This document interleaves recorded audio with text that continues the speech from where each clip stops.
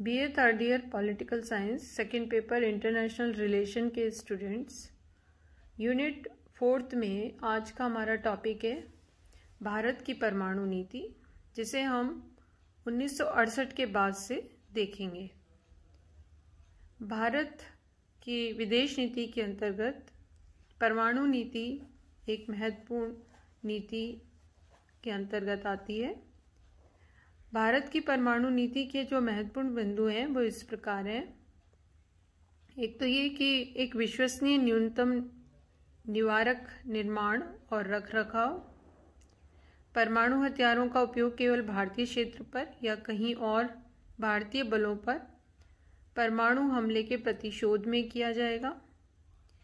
एक पहली हड़ताल के लिए परमाणु प्रतिषेध के बड़े पैमाने पर होगा और अस्वीकार क्षति को भड़काने के लिए डिज़ाइन किया जाएगा। परमाणु प्रतिशोधी हमले को एक निश्चित राजनीतिक नेतृत्व द्वारा केवल एनसीए परमाणु कमान प्राधिकरण के माध्यम से अधिकृत किया जा सकता है। गैर परमाणु हथियार राज्य के खिलाफ परमाणु हथियारों का उपयोग नहीं करेंगे। जैविक या रासायनिक हथियारों से कहीं भी भारत या भारतीय सेना के खिलाफ एक बड़े हमले की स्थिति में परमाणु हथियारों के साथ जवाबी कार्यवाही का विकल्प रखेगा। परमाणु और मिसाइल संबंधी सामग्री और प्रौद्योगिकी के निर्यात पर सख्त नियंत्रण की निरंतरता, संधि की बातचीत में कटौती की गई सामग्री में भागीदारी और परमाणु हथियारों पर रोक जारी रखी जाएगी।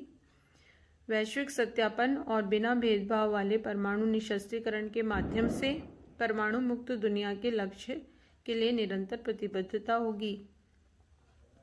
भारत की न्यूनतम विश्वसनीय परमाणु निरोध सिद्धांत कोई प्रथम उपयोग नहीं नीति सजा से निंदा के बजाय निषेध द्वारा निरोध की अवधारणा पर आधारित है।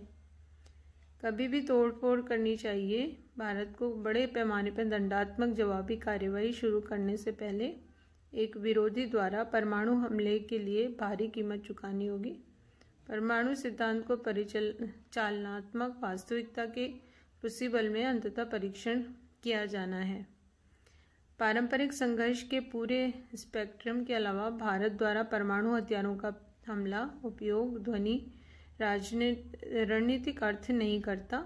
भारत में के परमाणु सिद्धांत की वास्तविक विशिष्ट विशेषता यह है कि यह भारत के वैश्विक परिवर्तनशील और भेदभाव रहित परमाणु निशस्त्रीकरण के लिए भारत की निरंतर प्रतिबद्धता में लंगर डाले हुए है। इंकार द्वारा निंदा की अवधारणा सजा से निवारक के बजाय भारतीय रणनीतिक सोच के लिए केंद्रीय है। हालांकि परमाणु खतरों को हराने के लिए और परमाणु ब्लैकमेल को रोकने के लिए परमाणु हथियारों के पहले उपयोग के अपने संप्रभु अधिकार को स्वेच्छा से त्याग कर भारत ने एक विशाल रणनीतिक बलिदान किया है और खुद पर एक भारी बोझ लाद दिया है। सरकार और प्रमुख निर्णय लेने वाले मानते हैं कि कभी भी टूटना चाहिए। भारत को किसी भी तरह का जवाबी हमला करने से पहले एक प्रतिकूल परमाणु हमले के लिए भारी कीमत चुकानी होगी। सैकड़ों हजारों भारतीय जीवन खो जाएंगे और एक से अधिक शहर मलबे में बदल सकते हैं। इसलिए भारत का पहला उपयोग सिद्धांत एक मजबूत और अचूक संभावित रूप से अयोग्य परमाणु निवारक क्षमता की मांग करता है, ताकि यह सुनिश्चित किया जा सके कि भारत को कभी भी परमाणु हमले का सामना नहीं करना पड़े। सरकार ने यह भी पुष्टि की कि भारत की परमाणु खतरे की धारणा देश के लिए विशिष्ट नहीं है। 15 दिसंबर 1996 को प्रधानमंत्री वाजपेयी जी ने संसद में एक बयान में भारत की परमाणु नीति के प्रमुख तत्वों का उल्लेख किया था और यह था कि भारत ने अपनी परमाणु स्वतंत्रता, न्यूनतम परमाणु निवारक, कोई पहला उपयोग नहीं, गैर परमाणु शक्तियों के खिलाफ परमाणु हथियारों का उपयोग न करने और परमाणु हथियारों के उन्मूलन के लिए दृढ़ प्रतिज्ञता का संकल्प लिया था।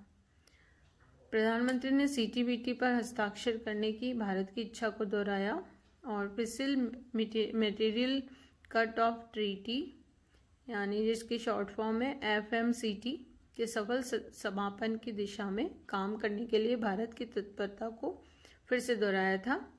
और 1998 में डरबन में जब गुटनिरपेक्ष शिखर सम्मेलन हुआ तो इसमें भी सभी परमाणु हथियारों के पूर्ण उन्मूलन के लिए चरणबद्ध कार्यक्रम पर एक समझौता हुआ और समझौते पर पहुंचने के लिए एक अंतर्राष्ट्रीय सम्मेलन के लिए भारत ने प्रस्ताव को स्वीकार किया था। सितंबर 2000 में संयुक्त राष्ट्र के मिलेनियम शिखर सम्मेलन में भारतीय प्रधानमंत्री ने कहा कि भारत की नीति जिम्मेदारी और संयम पर आधारित है और यह है कि भारत हमारी रक्षा करते हुए भी अपरिहार्य प्रतिबद्धता के साथ सार्वभौम सत्यापन योग्य परमाणु निशस्त्रीकरण के लिए दबाव बनाना जारी रखेगा। निर्णय लेने में रणनीतिक स्थान और स्वायत्तता होगी। अंतर्राष्ट्रीय शांति को सभी के लिए समान और वैध सुरक्षा की आवश्यकता से तलाक नहीं दिया जा सकता। भारत की परमाणु नीति में नए रुझान जो आए हैं वो इस प्रकार हैं। 1 दशक से अधिक समय से परमाणु सिद्धांत का सरकार द्वारा अनावरण किया गया था। कई संगठनों और व्यक्तियों ने इस पर टिप्पणी की। उनमें से कुछ नो फर्स्ट यूज सिद्धांत के महत्वपूर्ण माने जाते हैं।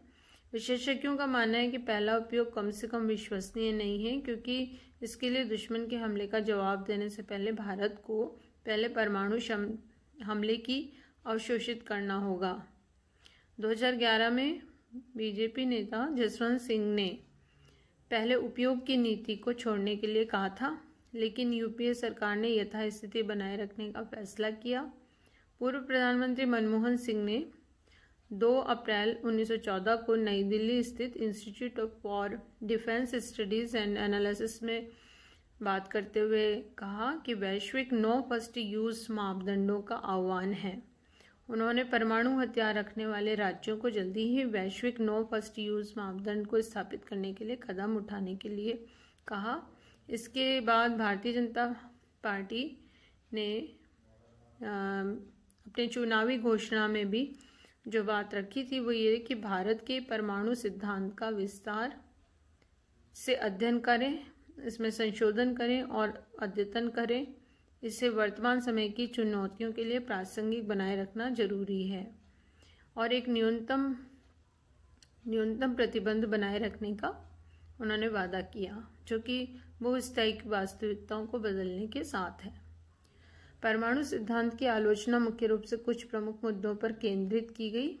कोई भी पहला प्रयोग अस्वीकार्य रूप से उच्च प्रारंभिक हताहतों की संख्या और भारतीय आबादी, शहरों और बुनियादी ढांचों को नुकसान नहीं पहुंचा सकता।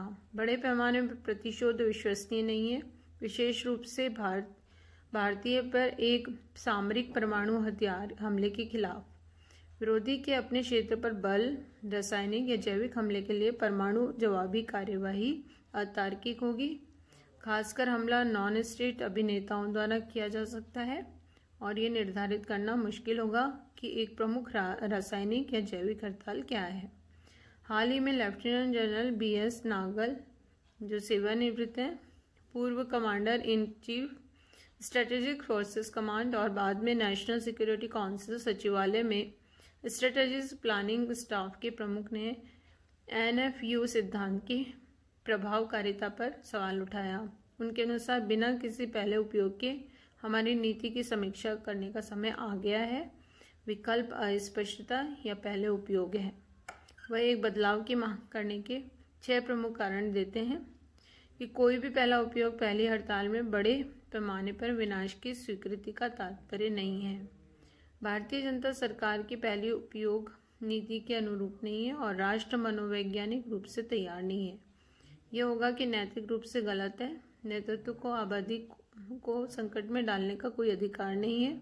कोई भी पहला प्रयोग प्रतिकूल परिस्थितियों में परमाणु बलों को दंड से बचने की अनुमति नहीं देता है, क्योंकि प्रकृति में जवाबी हमला करना होगा। एक विस्तृत और महंगी बैलिस्टिक मिसाइल रक्षा प्रणाली के लिए पहली हड़ताल से बचाव की आवश्यकता होगी। परमाणु आदान प्रदान शुरू होने के बाद वृद्धि पर नियंत्रण संभव नहीं होगा। हाल ही में भारत के रक्षा मंत्री मनोहर ब्रह्म पारिकर ने नो यूज पॉलिसी का सवाल उठाया। ब्रिगेडियर गुरमीत कंवल की पुस्तक द न्यू अर्थशास्त्री के लॉन्च पर नई दिल्ली में बोलते हुए उन्होंने कहा था कि बहुत सारे लोग क्यों कहते हैं कि भारत के पास पहले उपयोग की कोई नीति नहीं है। मैं खुद को क्यों न बांधूं। मुझे कहना चाहिए कि जिम्मेदार परमाणु शक्ति हूँ और मैं इसका गैर जिम्मेदारान इस्तेमाल नहीं करूँगा। यह मेरी सोच है। और बाद में ये उन्होंने स्पष्ट किया कि ये उनकी व्यक्तिगत सोच थी। हाल ही में भारत के परमाणु सिद्धांत और इसके पहले उपयोग आसन के मूल्य के बारे में फिर से अटकलें लगी हैं। पूर्व राष्ट्रीय सुरक्षा सलाहकार रविशंकर मेनन की पुस्तक choice inside the making of Indian foreign policy में इसके बारे में फेरबदल के कुछ वाक्य हैं, जिससे वो लिखते हैं कि एक संभावित धूसर क्षेत्र जब भारत पहले परमाणु हथियारों का इस्तेमाल दूसरे NWS यानी परमाणु हथियार राज्य के खिलाफ करेगा। परिस्थितियां ऐसी बोधगम्य हैं जिसमें भारत को पहले हड़ताल करना उपयोगी लग सकता है। उदाहरण के लिए NWS के खिलाफ जिसने यह घोषित किया वह निश्चित रूप से अपने हथियारों का उपयोग करेगा। यदि भारत निश्चित था तो विपक्षी का प्रक्षेपण आसन था। भारतीय परमाणु नीति के मूल सिद्धांत अपरिवर्तित रहे हैं क्योंकि परमाणु हथियारों से मुक्त दुनिया के लिए भारत प्रतिबद्ध है। धीरे धीरे भारत अप्रसार व्यवस्था के साथ खुद को एकीकृत कर रहा है। भारत कई अप्रसार तंत्रों में शामिल हो गया है जिनके बारे में पहले संदेह था। अब औपचारिक रूप से मिसाइल प्रौद्योगिकी नियंत्रण व्यवस्था, जिसको शॉर्ट में कहते हैं MTCR, का 35वां वो सदस्य है। ऐसे देशों का संघ जो परमाणु हथियारों के लिए वितरण प्रणाली के अप्रसार के लक्ष्यों को साझा करते हैं। भारत सक्रिय रूप से परमाणु आपूर्तिकर्ता समूह, जिसको शॉर्ट में NSG की कहा जाता है, उसकी भी सदस्यता चाहता है। 21वीं सदी भारत की परमाणु नीति में उल्लेखनीय परिवर्तन ला रही है, लेकिन भारत की परमाणु नीति के मूल में या इसका वास्तविक आधार अभी भी वही है।